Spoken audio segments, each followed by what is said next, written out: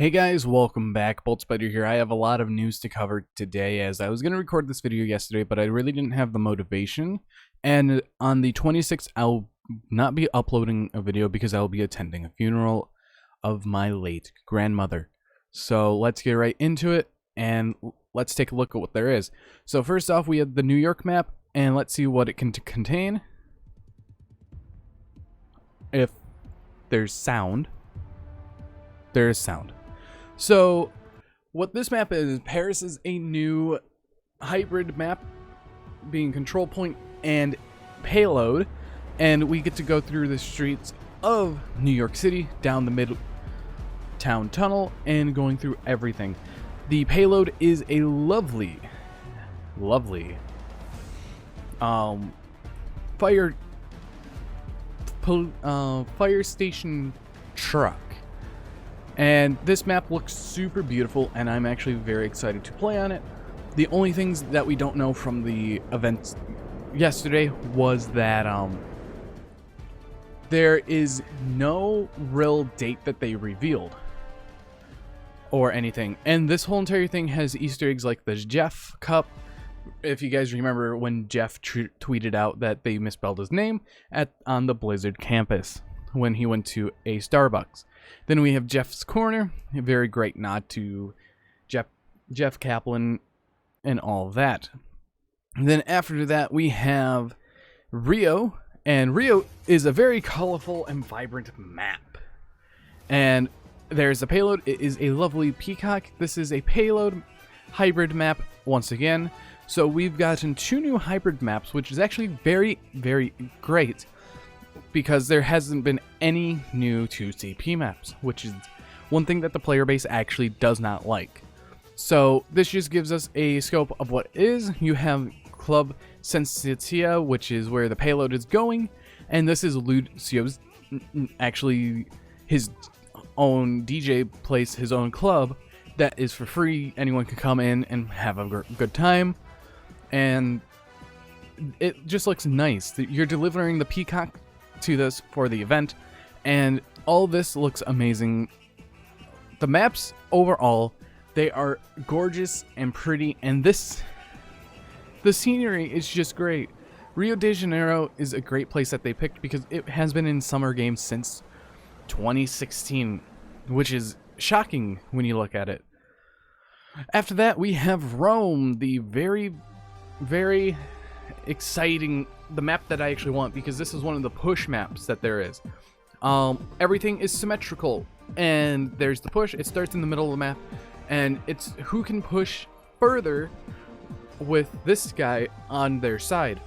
So it will go into overtime a lot, and it seems like a very fun mode, because this map is going to be huge for push and the game for itself.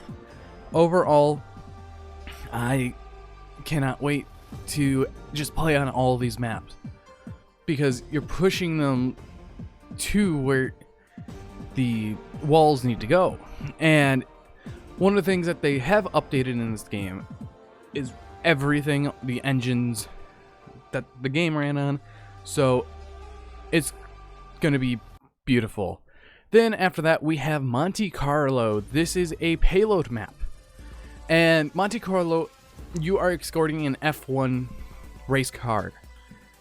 And this made my friend super, super excited because he loves cars. He loves F1. And it's just a map about it. It's just pure payload. I love payload maps because it's always interesting. You have so many sight lines that you could do, and so many high ground, low ground elevations. You even have a perch for a widow right up there, and perches for snipers constantly, and it just looks so great. You're delivering an F1 for a showcase, and there's a repair shop, a beautiful, okay, this looks beautiful. If I could have a higher res image of this, it could be my actual desktop background. And Monte Carlo is, I am more of a fan of payload maps than hybrid maps, because you actually have a chance to push the payload. to get to where you need to go. Then after that, we have the concept of our new Robo Friend and Push. He is armless, and you can also have arms with a pulse cannon on it. You can see him pushing it, and this looks very like we've seen in BlizzCon.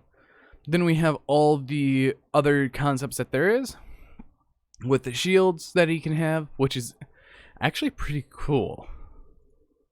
And then finally, all the different forms that he has gone through. Is that a piston on him? Then that's like a crab walker, a walking piston, a robot with a piston pusher, and... Okay. That's... Is this going to replace the lost tank?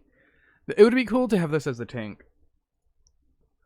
Then next we have Winston and... Oh, okay, that's a little loud. Winston and May.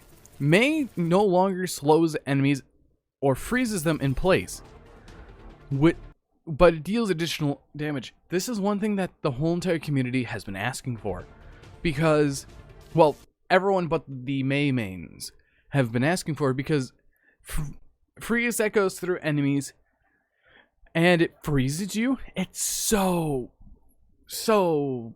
bullshit. Like, no ability in the game outside of an ult should be able to freeze you, because it ruins one of the core aspects of I can't move.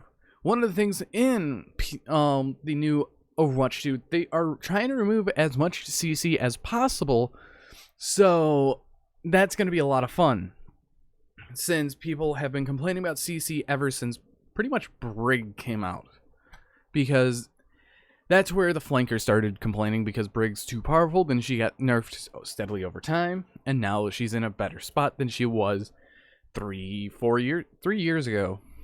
But not being able to freeze people is great. You only can with your ult. Then we have Winston. His Tesla cannon has now an alternate fire. Holding the alternate fire charges a single long-range blast of lightning, and it is cool because Winston needed something new. And this is the new thing that we've been waiting for, since, hey, let's give Winston, a person with a Tesla cannon, an upgraded Tesla cannon, which can actually shoot actual lightning bolts at long range. All you just had to do, you could charge it for as long as you want. You can jump up in the air, start charging it, land on the ground, melee, and then there you go. And then this is very good for Winston in general, because he needs something like that. And finally, we have a Torbjorn change for his new skin. And me, personally, I love the new change. This is one of the best changes to our little dwarf. And all in all, I am happy that more and more characters are getting redesigned or model updates, because, oh boy, this game is going to be a load of fun. But the only thing that I don't think they posted about is the new update to how team comps are. Everyone is mixed emotions on this. In Overwatch 2, instead of the normal 6v6, like how it's been for the past 5 years, they are changing it to 5v5 like MOBAs. Now, it's more of a lines of 1 tank, 2 DPS, 2 support. With that, you don't have the mess of dealing with 2 tanks as a support, and you're more going to have to coordinate with the 1 tank and follow their lead. Because if you don't, you are just going to lose. But the downside is, if you have a tank player that doesn't know how to play tank, you're kind of screwed and you have to do more work. The tank is there to be more aggressive and increase space, because they're buffing how the tanks work. So take advantage of the space that they have. I've seen things from, well, my main role is ruined, but also this is good for the game because it creates less mess on going around trying to focus more targets. because now supports can deal with the 2 DPS and heal the 1 tank. So you heal less overall, but that's actually very good. But anyways, this is my news roundup for Overwatch 2 and what we found. They didn't reveal a window date or window time of when there is. But anyways, I've been Bolt Spider. Hopefully you guys did enjoy. But anyways, see you guys in the next video.